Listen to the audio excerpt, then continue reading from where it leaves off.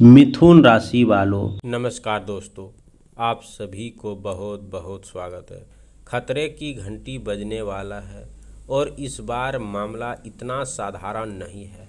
दोपहर 2:50 बजे आपके मोबाइल की घंटी अगर अचानक बजती है तो कुछ सेकंड के लिए रुक जाइएगा, क्योंकि हो सकता है उस समय आने वाली कॉल आपके किसी ऐसी खबर का दरवाज़ा खोल दे जिसके बारे में आपने सोचा भी नहीं होगा। ध्यान रखिए, यहाँ बात केवल एक फ़ोन कॉल की नहीं बल्कि उस संकेत की है जो पिछले कुछ समय से आपके आसपास की परिस्थितियाँ में धीरे धीरे बन रहा है।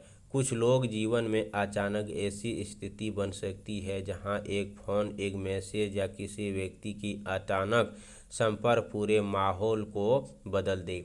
इसीलिए आज आपको हर आवाज़, हर सूचना और हर अचानक होने वाली घटना को थोड़ी सावधानी से देखना होगा।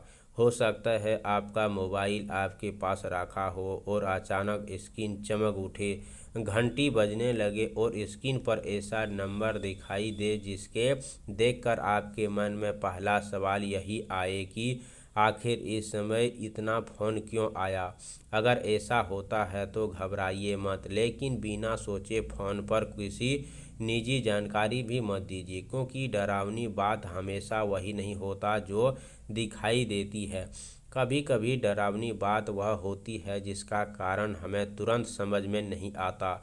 आज का यह संकेत भी कुछ ऐसे ही रहस्यमय है, खासकर दोपहर के आसपास हो।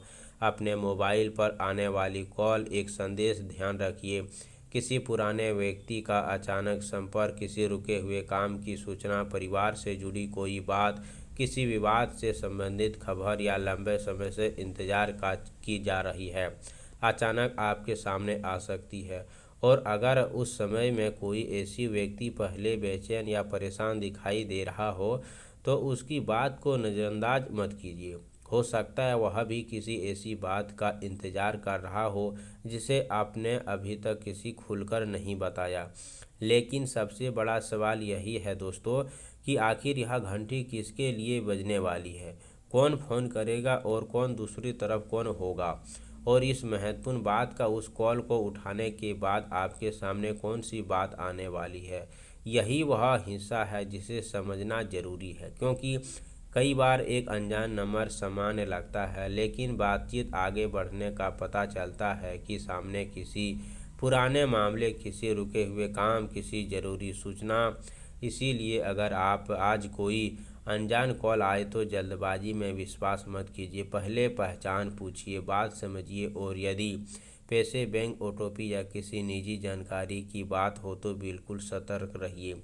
आज का डर इसी बात का नहीं है कि फ़ोन आएगा, बल्कि डर इस बात का है कि फ़ोन आने के बाद अपनी भावनाओं में बहकर कोई गलत फैसला न ले बैठे। इसीलिए अनजान आने वाली इस खबर को कुछ सेकंड के लिए असंभव में डाल देती है। कोई खबर सुनकर घबराता है तो कोई गुस्से में फैसला करता है और कोई बिना जांचे सामने की बात मन में लेता है। आपको इनमें से कुछ भी नहीं करना है। आज आपको केवल इन चीज़ों को करनी है, शांत रहना है और हर बात को परखना है। अगर दोपहर 2:50 के आसपास फ़ोन बजती है तब पूरे दिन की अचानक आने वाली संदेश सैकड़ों को लोगों को सजन रहिए, क्योंकि यह समय एक प्रतीक के रूप में समझता है, क्योंकि निश्चित घटना की नहीं बल्कि ये दोस्तों जिस बात का संकेत दिखाई दे रहा है वह किसी दूसरे समय के सामने नहीं होगा। शायद यही इस पूरे मामले का सबसे रहस्यमय हिस्सा है। कई बार हम किसी घटना की प्रतीक्षा करते हैं, लेकिन घटना किसी और के रूप हमारे सामने आती है। आप कॉल किसी उम्मीद करते हैं तो मैसेज आता है, और आप किसी व्यक्ति की फ़ोन का इंतज़ार करते हैं तो कोई दूसरा व्यक्ति उसकी खबर लेकर सामने आता है। आप सोचते हैं कि मामला ख़त्म हो चुका है, लेकिन अचानक वही पुरानी बात फिर से चर्चा हो जाती है। इसीलिए आज आपके आसपास के माहौल को ध्यान से देखिए। घर में कोई बंद पड़ी चर्चा फिर से शुरू हो सकती है, नई मोबाइल पर कोई अनजान नंबर दिखाई दे सकता है, या किसी व्यक्ति अचानक आपके सामने मिल सकता है जो कोशिश करेगा आपको नीचे गिराने का। आप सभी से ध्यान रखिए कि आज शाम सूर्यास्त के बाद सबसे पहले अपने घर के पूजा स्थान को साफ करके एक छोटा सा दीप जलाइए।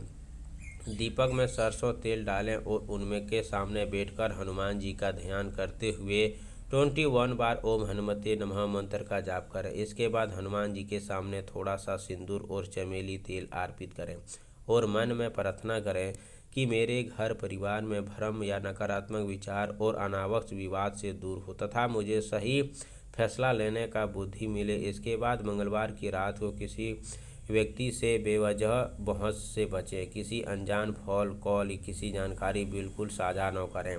बुधवार की सुबह स्नान करके साफ कपड़े पहनें और घर के मुख्य द्वार पर थोड़ा सा गंगाजल स्वस्थ छिड़काव करें। इसके बाद भगवान गणेश का स्मरण करें। 21 बार ओम गणपति नमः मंत्र का जाप करें। फिर अपने घर के किसी बेसहारा व्यक्ति को गरीब व्यक्ति समर्थन के अनुसार भोजन फल जरूर दान करें।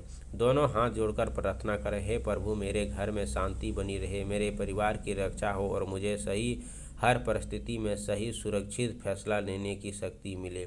इस उपाय को उद्देश्य मन को शांत रखता है और नकारात्मक आध्यात्मिक भावनाओं में बहकर इसे किसी भी आपको कमेंट बॉक्स में जय हो गणेश भगवान जरूर लिखें। चैनल पर पहली बार आए हो तो चैनल को सब्सक्राइब करें, प्यारे हाथों से वीडियो को लाइक करें। अगले नेक्स्ट वीडियो के साथ मिलते हैं, तब तक के लिए धन्यवाद। आपका दिन शुभ।